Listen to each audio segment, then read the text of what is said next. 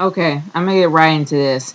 Now, usually when I do a WWE review, it's always something bad. I always have something negative to say, and I always give it a bad rating. And that usually is about Raw.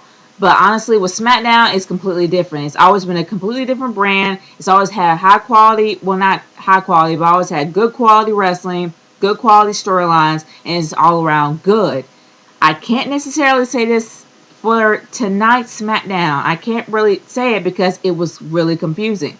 Now, I didn't really care much about the beginning match with Cody Rhodes versus Booker T because I still believe that this match should have died at TLC. It should have been over. It should have been finished. It should have been finito. It shouldn't be existing at all. And the reason why I'm saying this is because we all know that Booker T is going to retire. Has no interest in going full time, so it doesn't make any sense for him to have a match with Cody Rhodes to act for the IC Championship when he's not gonna take it. We all know this, so why are you still doing this feud?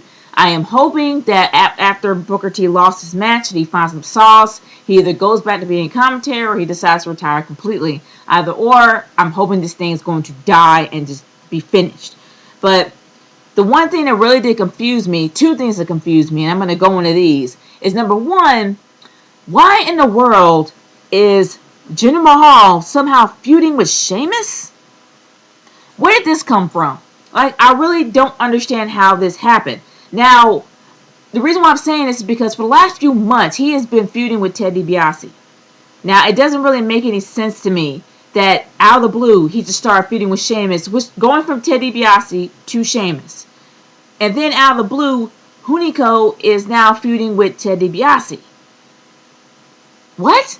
Now, it would really make sense to me now that he has his friend Camacho that his muchacho Camacho and Hunico will be feuding with Epico and Primo. It would make sense for those two to start feuding and have like a tag team feud. It would make so much sense for them to do that, but they're not doing it.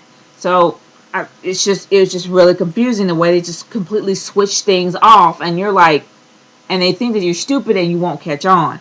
So that's the one thing I did not get.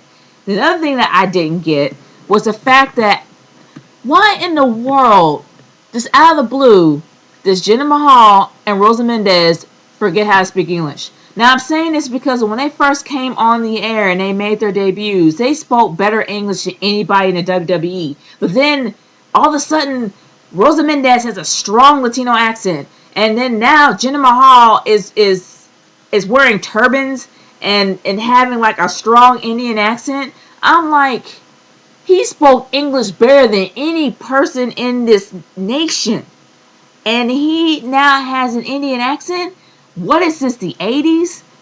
The one thing that pisses me off is that the WWE defines people, like if you're exotic and you're from an exotic country, they're going to define you from the country that you're from. They're going to define your character from the country that you're from. They did this in the 80s with the Iron Sheik. This is not the 80s anymore.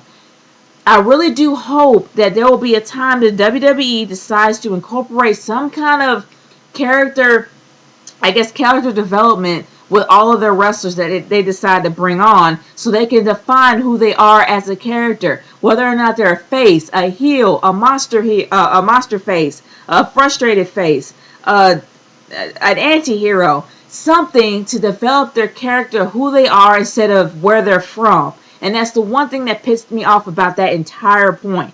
Plus, there was tons of backstage scenes. There were not enough matches to me. And I'm like, these backstage scenes were really stupid. Especially with Oksana, who's only made 2 in-ring debuts for the entire time she's been there. And she's been there for several months. And she has not had not one singles debut that has lasted longer than 2 seconds. It's ridiculous. I'm tired of seeing her on my screen. She needs to get out of there. Just get rid of her, please. But I have a gut feeling that the whole thing with Drew McIntyre, how they're like completely defining his career and whether or not Drew McIntyre is going to be there because he keeps losing matches. Something's telling me that Teddy Long's going to go on a very long vacation. Seeing how he is constantly keep trying to dabble in the fountain of youth, hitting on all these chicks that are old enough to be their daughter, his daughter, but something's telling me that it's going to be him. It's going to be the old switcheroo. Drew McIntyre is going to still be working there, and Teddy Long's going to probably get relieved of his duties. I have a gut feeling that's going to probably happen. I'm hoping not, because I really don't want to see John Laurinaitis any more on my screen than I do on Monday. But moving on from there, seeing him completely buried by Santino Marella, I'm not going to lie. I actually am happy to see that.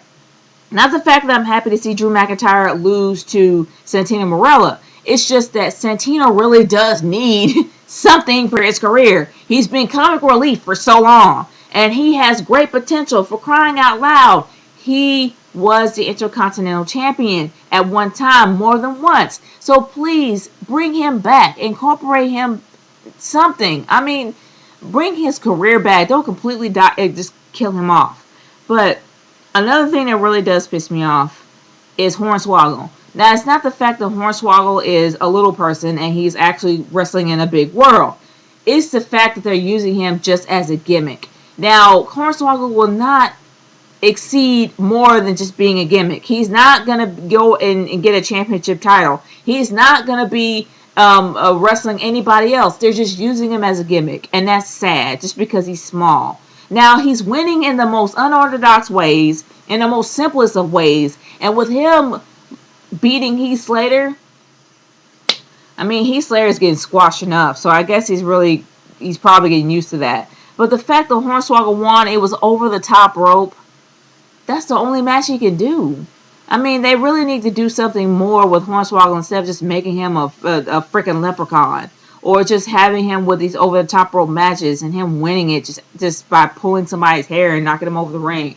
It's getting really lame really fast. And it's 2012. Come on, you need to improve.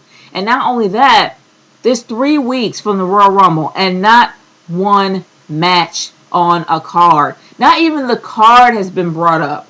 They don't even have a main event yet. And the reason why I'm saying this is because when you know that when a show doesn't have anything for you, they're going to give you either reruns or old snippets of nostalgia. Now, the WWE kept showing old snippets of past Royal Rumble matches in 1988 and I think 2008 when John Cena came back. Now, when you know that they have those little snippets in there, that lets you know that they don't have anything as of yet. And it's 3 weeks away. This is one of your biggest pay-per-views of the year. You really want to pump it up and get people pumped up for it. Not to mention that you're 2 or 3 months away from your channel debuting. You really want to get people amped up for this. And they've done a really shoddy job in doing this. So honestly, and also the Divas match really didn't impress me. That's one match that I actually did care about. I actually did care about that match because Tamina versus Natalya will be a great feud, and I'm hoping they'll set that up. Because, come on, the daughter of the Anvil Neidhart and also the daughter of Jimmy Superfly Snuka, that will be an awesome feud. And I hope that they won't mess this up like they did with the Divas of Doom. But all in all, I gotta give this Smackdown a C for tonight. Not only did they not have anything on the card for the Royal Rumble, all they did was just put up nostalgia clips just to make you, oh, I remember that time. Just to act like they have something when they don't. And not to mention the fact that they kept switching feuds with Jinder Mahal and Hunico.